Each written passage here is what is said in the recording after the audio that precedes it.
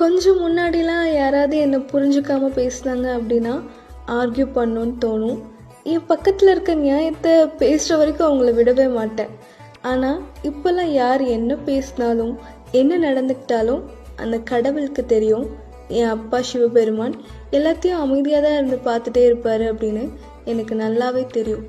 நம்ம யாருக்கும் எந்த பதிலும் கொடுக்கணும் அப்படின்னு எந்த ஒரு அவசியமும் கிடையாது. இந்த கர்மாவே அவங்கள ஃபுல்லாக டேக் கேர் பண்ணிக்கோ அப்படின்னு நல்லாவே புரிஞ்சிச்சு. ஸோ அமைதியை மட்டும் ரிப்ளையாக கொடுத்துட்டு நம்ம போயிட்டே இருக்கணும், அவ்வளோதான்.